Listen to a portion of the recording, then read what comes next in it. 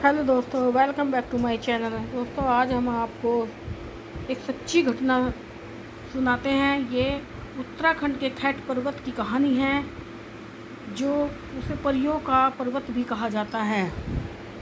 आइए सुनते हैं ये कहानी। खैट पर्वत से जुड़ी कहानी है प्रचलित। सदियों पहले टिहरी गढ़वाल के चौदान गांव में राजा आशारावत का राज हुआ करता था। राज की 6 पत्नियां थीं, लेकिन उनका कोई पुत्र नहीं था। राजा इससे बहुत परेशान रहने लगे थे।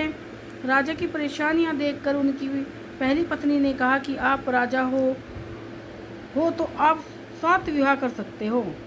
इसके बाद आशारावत पास ही के धात गांव गए तो वहां दिया पाकर नाम के एक शख्स ने उनकी खूब खातिरदारी की। दीपा पवार ने जब राजा साहब से धात गांव आने का कारण पूछा तो राजा ने कहा, मैं आपकी छोटी बहन देवा से शादी करना चाहता हूँ। ये सुनकर पूरा गांव उत्साहित हो उठा। इसके बाद राजा का विवाह देवा से हो गया और देवा चौदान गांव रानी बन गई। इससे कुछ समय बाद रानी देवा ने एक के बाद एक पूरे 9 बच्चों को जन्म दिया, जिनका नाम राजा ने कमला रोतेली देवी रोतेली, आशा रोतेली, वासदेह रोतेली, झगुला रोतेली, बिगुल रोतेली, सदेई रोतेली, ग्रादुआ रोतेली और वरदेई रोतेली रखा था। राजा आशारावत और रानी देवा की ये बेटियां आम बच्चों की तरह नहीं थी, बल्कि चमत्कार से कम नहीं थी। 12 वर्ष की उम्र तक सभी बेहद सुंदर दिखने लगी थी। कहा जाता है कि एक रात सभी बहनें गहरी नींद में सोई हुई थी।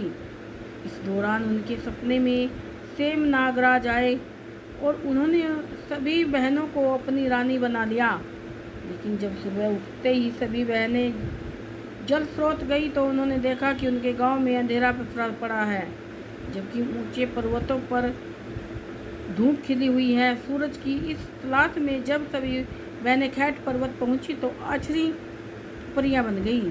स्थानीय लोगों की मान्यता है कि आज भी खैट पर्वत पर परियां बनकर घूमती हैं। दरअसल उत्तराखंड में कुल देवता को प्रसन्न करने की पूजा विधि के दौरान भी राजा आशारावत और रानी देवा की बेटियां का आछरी परियां बनाने की ये कहानी उल्लेखित होती है।